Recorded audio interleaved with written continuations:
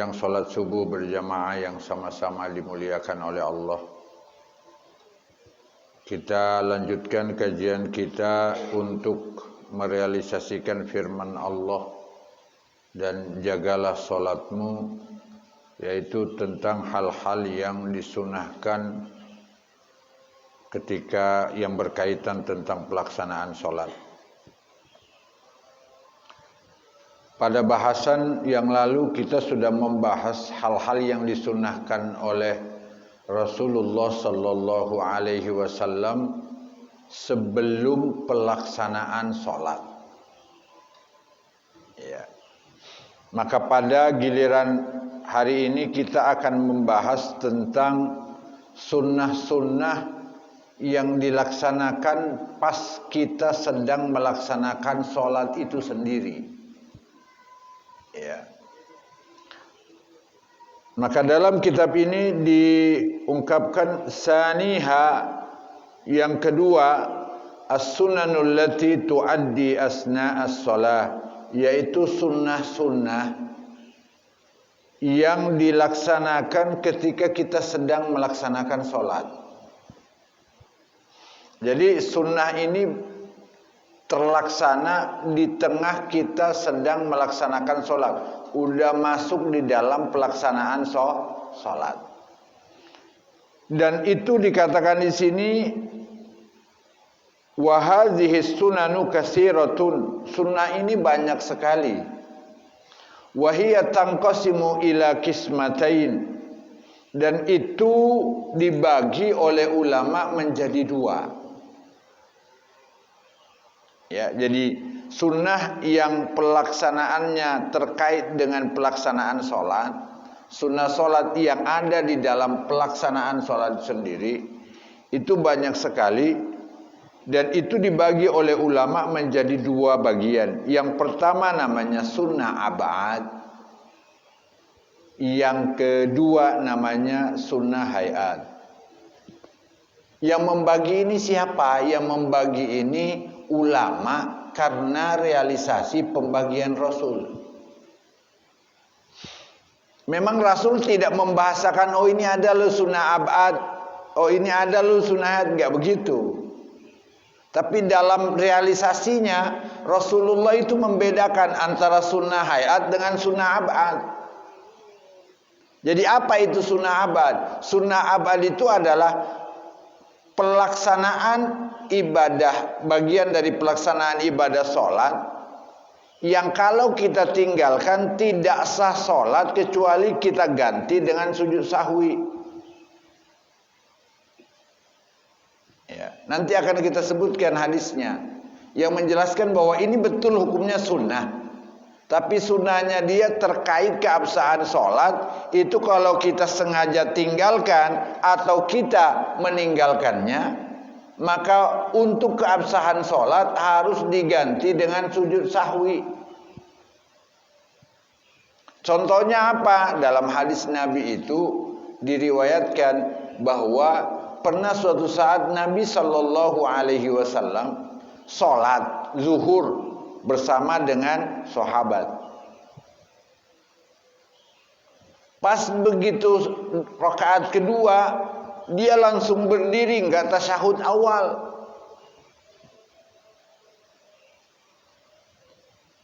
Kemudian beliau lanjutkan sholatnya sampai kemudian apa? Rakaat keempat, dia duduk tasyahud akhir. Kemudian apa? Ketika selesai tasyahud akhir sebelum salam, dia sujud 2 kali.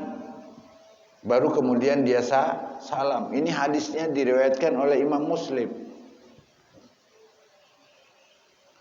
Loh, kalau seandainya sunnah itu tidak terkait gitu pelaksanaan keabsahan sholat dengan diganti sujud sahwi, ngapain Rasulullah sujud 2 kali?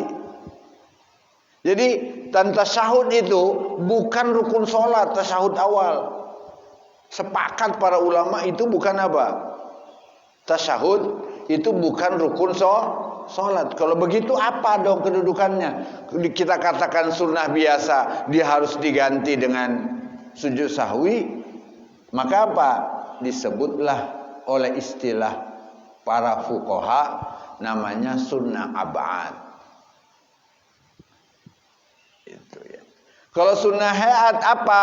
Sunnah yang kalau sengaja kita tinggalkan atau kita tinggalkan, dia tentang keabsahan sholat tidak berpengaruh dan tidak ada klausul harus diganti dengan sujud sahwi. Contoh, ucapan amin.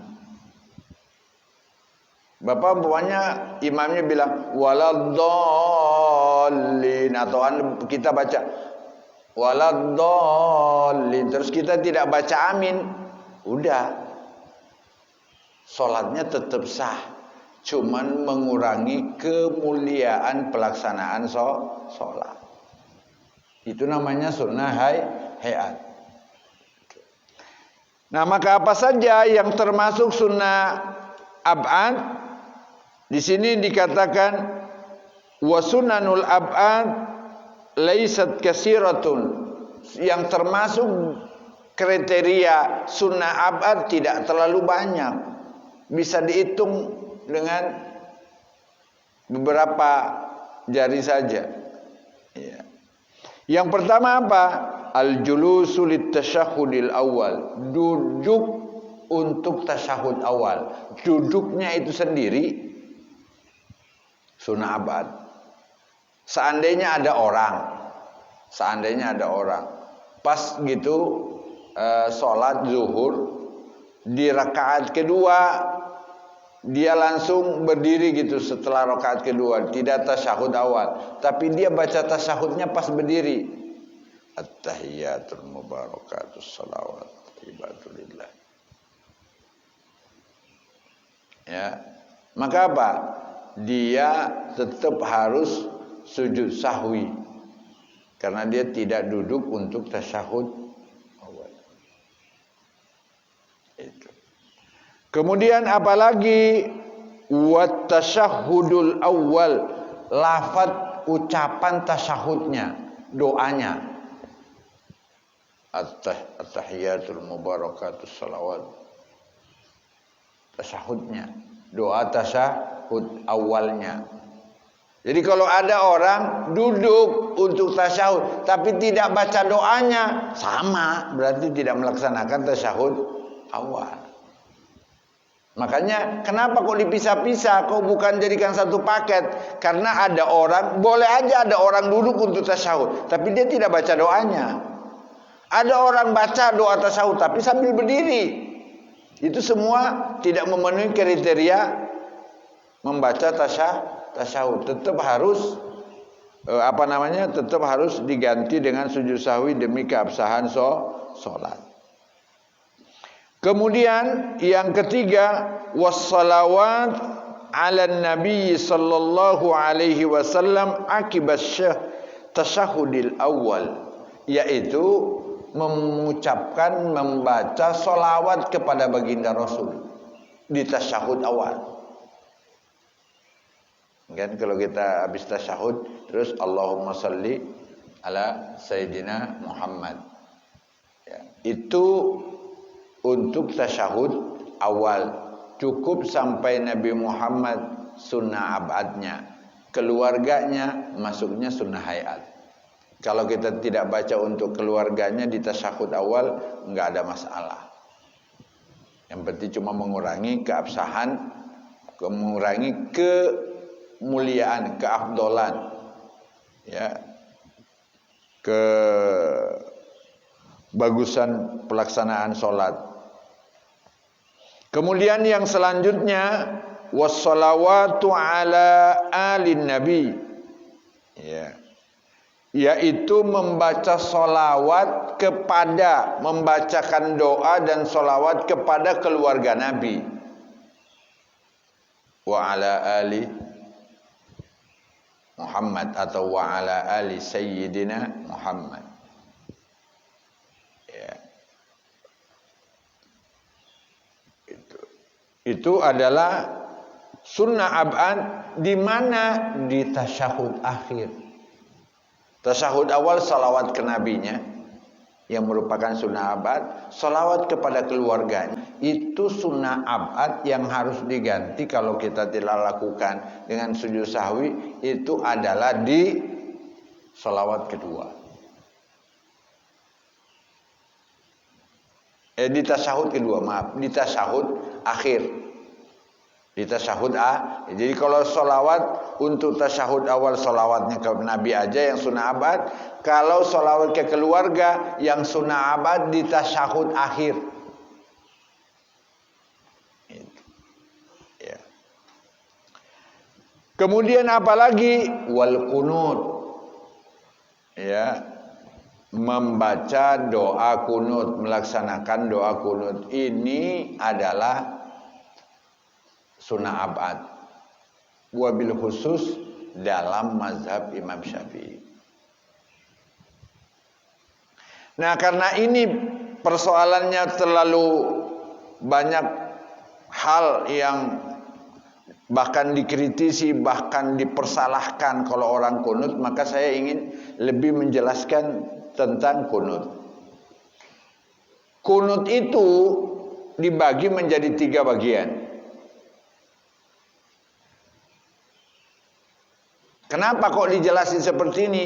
Karena ada orang yang cuma dengar bahwa kunut itu nggak boleh gitu, terus disamaratakan semua bahwa nggak boleh kunut. Ya. Maka apa? Harus kita pilah-pilah. Ada yang diperselisihkan ulama pelaksanaannya, ada yang sepakat ulama semua dilaksanakan. Ya. Maka kunut itu adalah pertama kunut nazilah. Kunut nazilah itu apa? Kunut yang disyariatkan oleh Allah melalui Rasulnya, dilaksanakan ketika terjadi musibah yang besar pada umat Nabi Muhammad. Pokoknya kayak dulu tsunami di Aceh. Kita di tempat lain yang diselamatkan oleh Allah disunahkan untuk kunut nazilah. Ya Allah, ampuni orang-orang yang jadi korban. Ya Allah, Allahumma arham ummat Sayyidina Muhammad. Allahumma adkhilhum fi syuhada. Doanya begitu kalau ngedoain musibah. Allahumma adfa'anna al-bala'a wal waba'a wal fahsya'a wal munkar wasyada'ida wal mihan wal asqam. Terus ya, kunut. Atau umat Islam dizolimi dan dibunuh. Dan inilah sebab pertama kenapa Rasulullah kunut nazilah. Sejarahnya adalah Nabi dimintai untuk mengutus sahabat untuk memantapkan keislaman Bani Tamim. Ada satu suku di mana, di Arab sana. Dia itu apa? Meminta kepada baginda Rasul untuk dikirimkan sahabat-sahabat untuk mengajarkan Islam. Kenapa? Karena menurut informasi dari yang meminta itu ke Rasulullah, sudah banyak orang Islam di kami, di suku kami yang masuk Islam. Tolong supaya mantap imannya, kirimin ulama-ulama yang bisa mengajarkan Islam dengan baik. Akhirnya Nabi apa? Milih sahabatnya tuh 77. Ahli hafal Al-Quran, ahli hukum. Di tengah jalan Rasulullah apa? Dibohongin, itu cuman apa? Tipu muslihat. Di tengah jalan apa? 77 sahabat itu bukan malah disambut dengan baik, tapi malah apa? Disambut dengan hujaman senjata. Akhirnya apa? Semuanya terbunuh, 77-nya. Rasulullah mendengar berita kematian mereka, murka, marah. dibuat di mana? Di dalam sholat. Allahumma al'an, ya Allah laknat. Kurang ajar gitu, seakan-akan begitu. Kalau bahasa kita mah mengajar itu.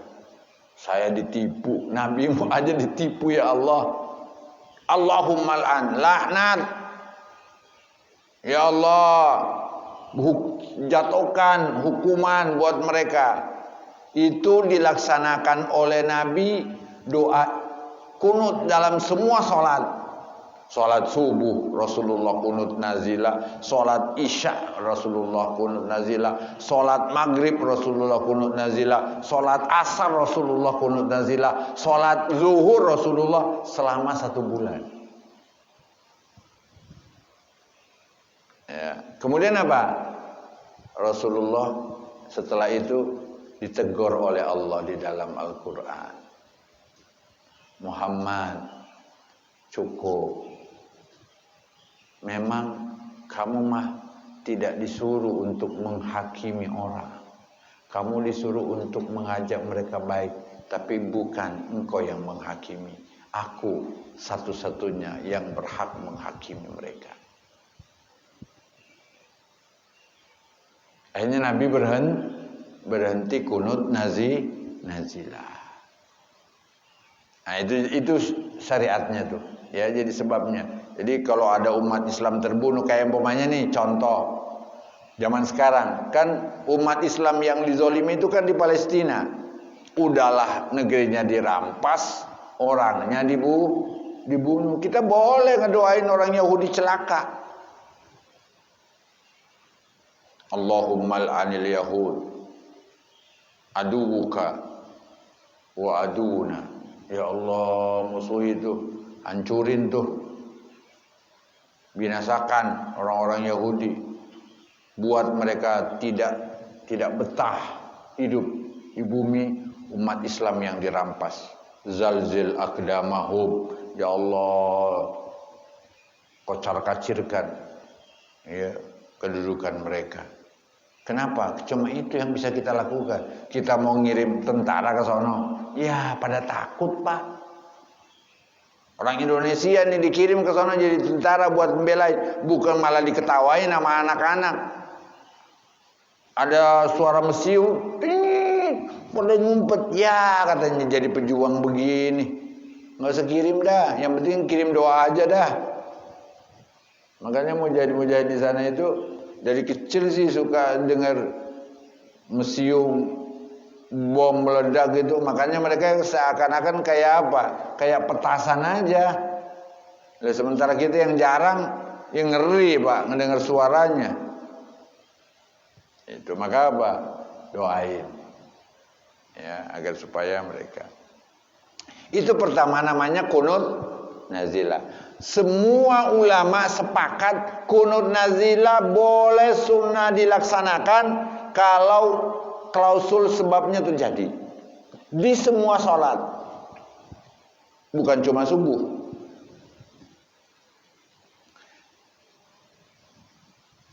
Ini yang pertama kunut nazilah. Yang kedua namanya kunut subuh, yaitu kunut membaca doa. Doa yang dibaca apa? Doa yang diajarkan Rasulullah ke cucunya Hasan. Allahumma hadini fiman hadait. Itu kalau sendiri. Kalau berjamaah, Allahumma hadina fiman hadait wa afina fiman afait. Nah, ini diperselisihkan oleh ulama tentang pelaksanaannya. Imam Abu Hanifah dan Imam Ahmad berkata, Rasulullah setelah ditegur oleh Allah sudah berhenti kunut. Makanya beliau bilang, saya udah nggak disyariatkan. Imam Abu Hanifah dan Imam Ahmad. Imam Malik sama muridnya Imam Syafi'i rahimahumullah itu berkata apa? Tidak. Yang ditinggalkan oleh Nabi itu cuma 4 kunut, 4 sholat kunutnya, yaitu kunut di zuhur, kunut di asar, kunut di maghrib, kunut di isya. Adapun kunut subuh tetap beliau laksanakan sampai meninggal dunia.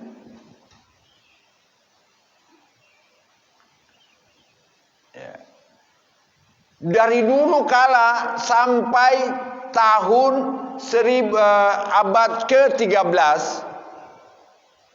nggak ada orang yang mengatakan kalau orang kunut subuh itu bid'ah. Nggak ada, Pak. Periksa kitab-kitab mereka, nggak ada yang mengatakan itu adalah bid'ah. Tapi kenapa sekarang banyak sekali berselebaran di dunia medsos, di YouTube lah, pengajian YouTube mengatakan apa?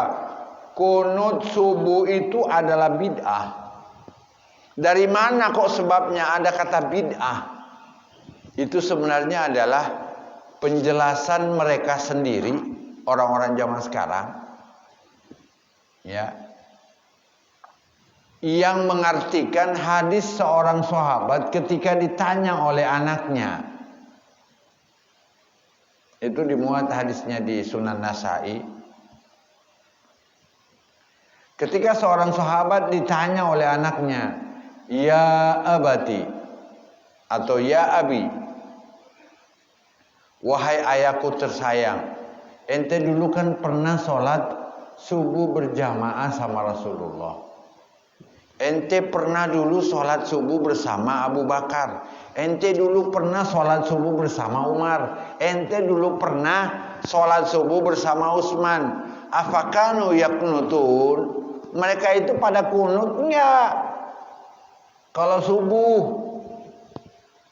Ayahnya menjawab, bunayya, wahai anakku tersayang, muhdas itu perbuatan baru yang menurut bahasanya adalah perbuatan yang tidak ada dasarnya. Sahabat yang mengatakan itu. Ya. Tapi walaupun sahabat yang mengatakan, ulama dulu mah nggak ada yang mengikuti. Kenapa? Karena perkataan sahabat itu bukan dasar hukum.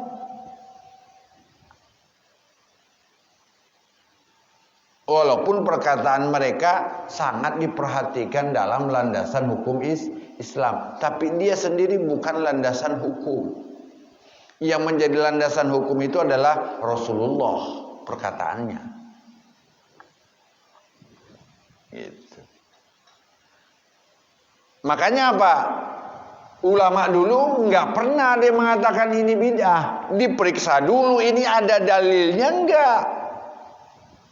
Makanya diperiksa, disandingkan dengan pendapat sahabat yang lain. Kalau dia cuma sendiri, terus sahabat yang lain pada diam, betul, berarti itu adalah ajaran Rasulullah. Ternyata Anas bin Malik, sahabat yang membantu di rumah Rasulullah selama 10 tahun, ditanya oleh muridnya dalam hadis yang ada di Bukhari, dalam hadis yang ada di Muslim, ditanya oleh muridnya, akana Rasulullah sallallahu alaihi wasallam yaqnutu fi subhi. Wahai Anas, ente kan membantu Rasulullah lama, ibaratnya nggak pernah apa pisah sama Rasulullah selama 10 tahun dia membantu Rasulullah.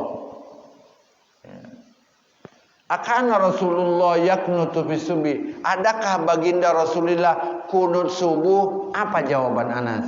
Naam, iya, Rasulullah kunut subuh. Jadi ada yang membantah pendapat sahabat yang satu yang mengatakan itu bidah, tidak ada landasannya dari perilaku Nabi. Ini dibantah oleh Anas, dan sahabat Anas lebih dekat dengan sahabat yang tadi cerita. Boleh jadi sahabat ini tempatnya jauh dari Rasulullah sallallahu alaihi wasallam. Walaupun dia pernah sholat sama Rasulullah, tapi apa? Jauh. Sehingga apa? Jarang-jarang sholatnya sama Nabi. Yang sering sholatnya sama Nabi siapa? Yang nggak pernah ninggalin, pembantunya lah yang deket. Kayak umpamanya bapak punya asisten, ya kan? Bapak kemana aja dia ikut. Maka apa? Itu yang lebih dipatokin oleh ulama Syafi'iyah dan ulama Imam Malik. Makanya beliau tetap sampai sekarang berpendapat Rasulullah kunut subuh sampai meninggal dunia. Gitu. Ya. Jadi ini yang diperselisihkan ulama adalah kunut subuh. Kunut nazilah nggak ada perselisihan.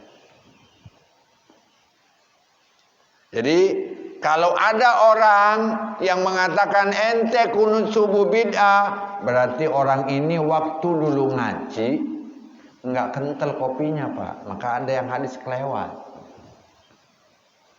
Gampang aja nanggapinnya begitu aja, ente kurang kental kopinya dulu waktu ngaji malam sama kiai, ngantuk kali ente, kelewat jadinya hadisnya Anas.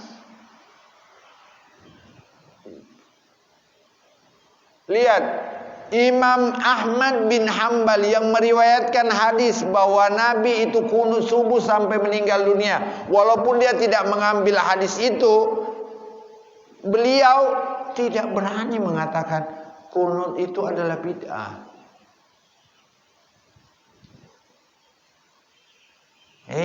Anak sekarang hadis yang dihafal juga paling berapa? Nggak sama kayak Imam Ahmad. Imam Ahmad itu hafal, ada yang riwayat mengatakan 400.000 hadis dihafalkan luar kepala. Maksudnya luar kepala benar, nggak pakai harus ada laptop nyala baru hafal hadisnya. Hafal.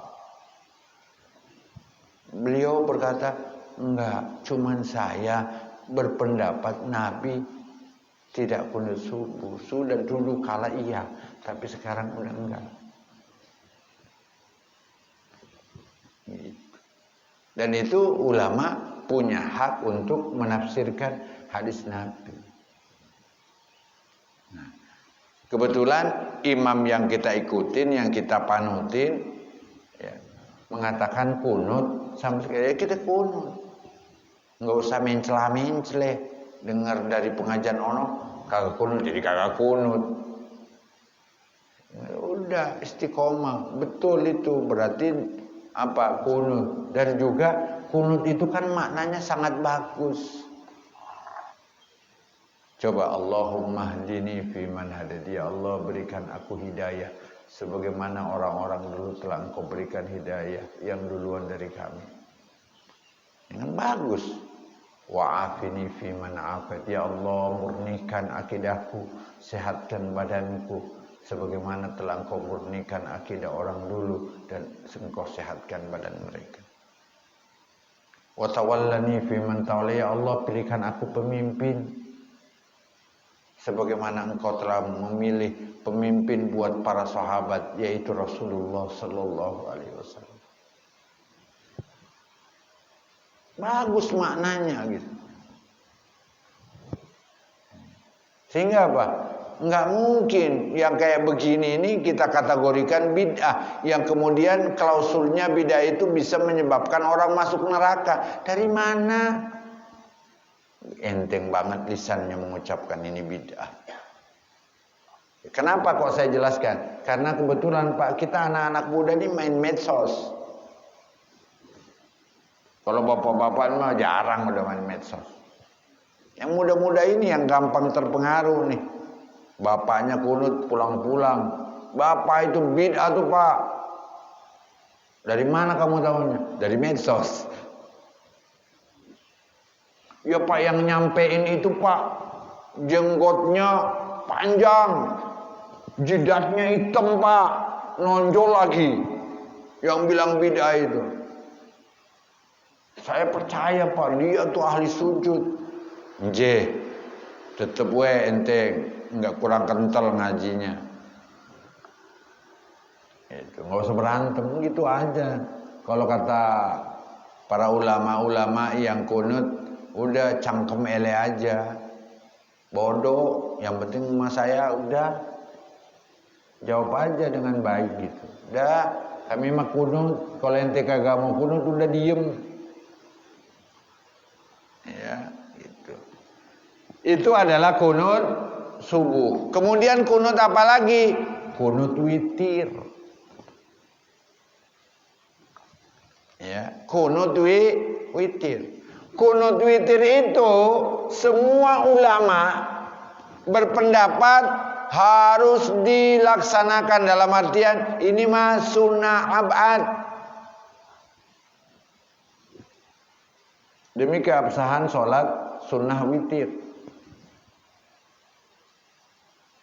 Ya. Cuman mereka berbeda pendapat dalam waktu pelaksanaan kunutnya. Imam Abu Hanifah berpendapat setiap Anda sholat witir, mau bulan Ramadan, mau di luar bulan Ramadan, ketika Anda sholat witir harus pakai kunut. Harus pakai kunut.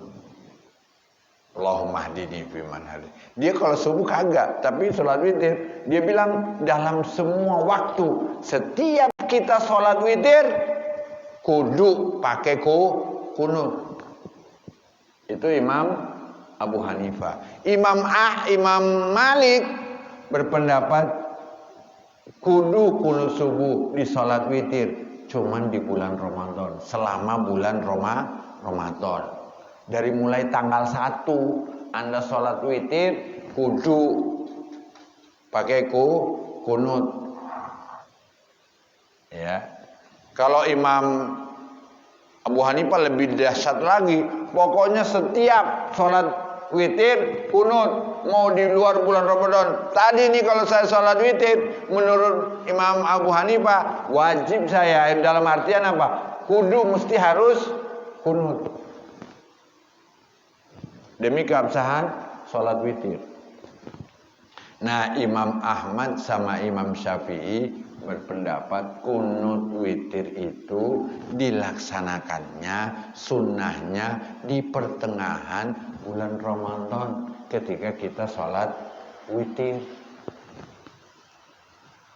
Coba lihat itu, ulama itu dinamis Pak pendapatnya.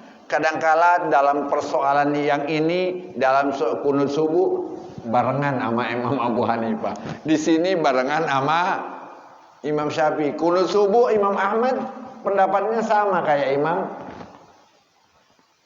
Abu Hanifah. Dalam kunut witir dia barengan sama gurunya, sama Imam Syafi'i. Sama-sama kunut, tapi kunutnya dari pertengahan bulan suci Ramadan ketika kita sholat taraweh dan sholat witir. Jadi itu tentang kunut. Kemudian kunut itu ada beberapa sunnah yang harus dilaksanakan di dalamnya. Yang pertama sunnah kunut itu apa? Ngangkat tangan. Ngangkat tangan. Allahumma hadini fiman hadait. Amin. Mamunya bilang amin. Ya. Yang kedua apa? Wal jahru bid du'a. Doanya harus jelas karena di dalam kunut itu ada klausul doa, ada klausul zikir, ada klausul sholawat. Maka apa? Yang harus jelas dibaca itu adalah ketika poin doa. Allahumma hdini fi man hadait, Allahumma hdina fi man hadait, wa afina fi man afait. Itu harus jelas dibacanya oleh imam dengan suara jahar. Nggak boleh. Nanti nggak jelas, nggak kedengeran namanya. Ente ngedoain nggak makmumnya mau diaminin? Maka apa? Sunnahnya al-jahru bid-du'a, harus dibaca jelas poin doa dalam kunut. Nah, kalau kunut kudu harus diaminin. Kemudian apa? Wat ta'min, ya, membaca amin. Itu dalam klausul doa. Tapi kalau dalam klausul zikirnya tidak disunahkan jahar. Yang mana ucapan fa innaka taqdi wa la yuqda, itu enggak ada klausul harus jelas bacaannya dari imam. Nah, makmum enggak perlu mengamini karena itu bukan doa. Kita kadang-kadang salah sih. Fa innaka taqdi, dengar sedikit amin. Lah, itu bukan doa, Pak. Itu adalah zikir. Kalau zikir, kita juga harus mengucapkan hal yang sama makmumnya. Fa innaka taqdi wa la yuqda alaih. Wa innahu la yazillu wa la ya'izzu man alaih. Tabarakta Rabbana wa ta'ala. Falakal hamdu. Itu semua zikir. Segala puji bagimu ya Allah. Itu bukan doa terhadap apa yang telah engkau tetapkan. Baru kalau baca salawat, ya semua kita ikut. Allahumma sholli ala, enggak usah diaminin. Allahumma sholli ala sayyidina, amin. Lah, ikut ente kalau lagi salawat. Itu namanya zikir salawat. Allahumma sholli ala sayyidina. Allahumma sholli ala sayyidina. Wa sallallahu ala sayyidina Muhammadin nabiyil ummi wa ala alihi wa sahbihi wa baraka wa sallim. Apa wasallam, Pak?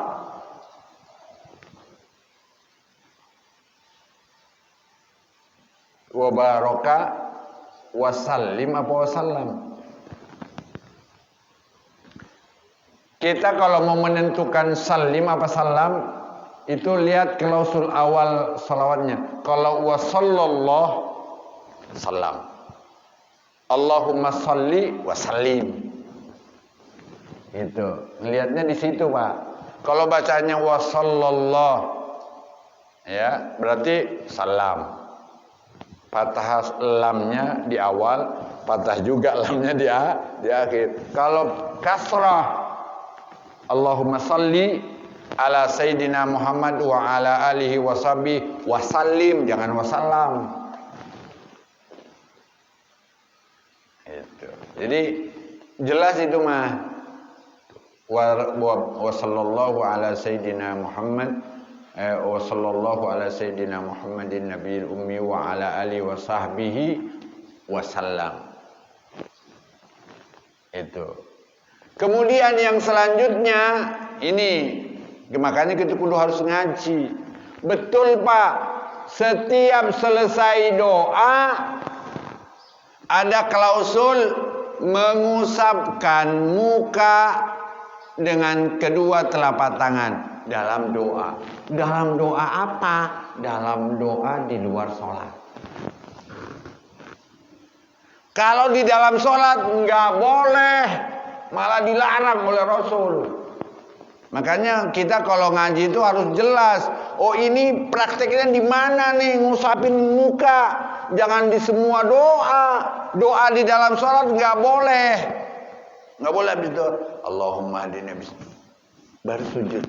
Nggak ada klausulnya. Itu berarti ngajinya kurang tepat. Kenapa kok nggak boleh? Rasul yang ngelarang, Pak. Wa idza shallaita fala tamsah wujuhakum fa innaha tuwajihu bihi rahmatullah. Kalau ente sedang sholat, jangan diusap mukanya. Kenapa ya Rasulullah? Fa innar rahmata tuwajih. Karena rahmat Allah sedang turun di ada saksinya. Di mana? Di muka kita. Setiap debu yang nempel akan jadi saksi di hadapan Allah yang akan mendatangkan rahmat Allah. Makanya apa? Pantang diusap. Sampai-sampai sahabat bertanya Pak tentang itu. Ya Rasulullah, bagaimana? Laula buddun illa an namsaha wujuhana fis shalah. Seandainya tidak ada cara kecuali kami harus ngusap wajah. Kayak pokoknya terpaksa banget gitu. Kayak apa? Kayak apa, gatel atau apa? Kata Nabi, if'al marratan wala tu'in. Lakukan sekali, setelah itu jangan diulang. Jadi apa? Maka apa? Syariatnya kalau doa dalam sholat nggak boleh ngusap kan tangan, telapak tangan ke muka. Tapi kalau di luar sholat, ya. Itu ada hadis dhaif yang mengatakan, iza rafa'a yadayhi wa masaha ala wujuhihim fa innallaha yastahi an yarudda du'a 'abdi.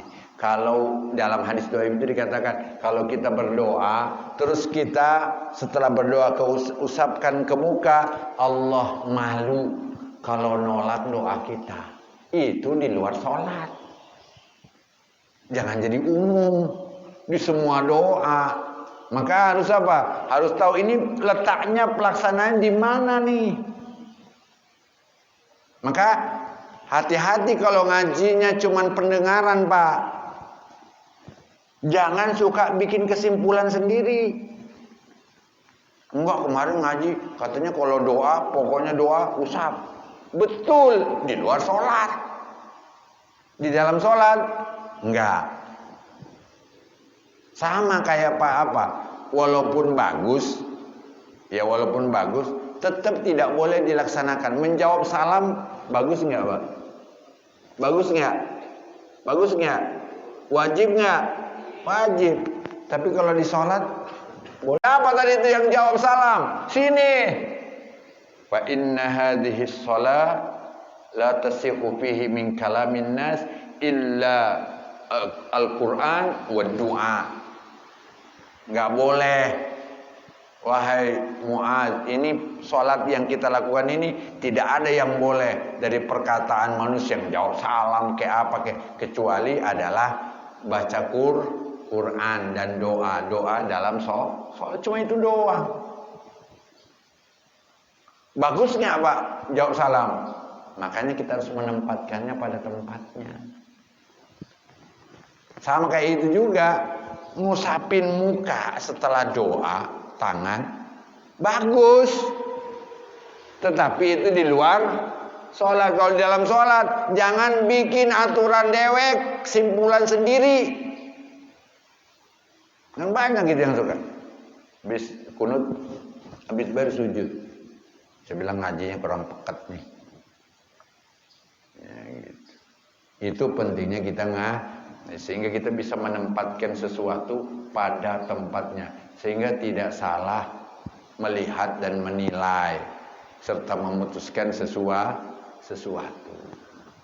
Nah, mungkin itu yang dapat saya sampaikan tentang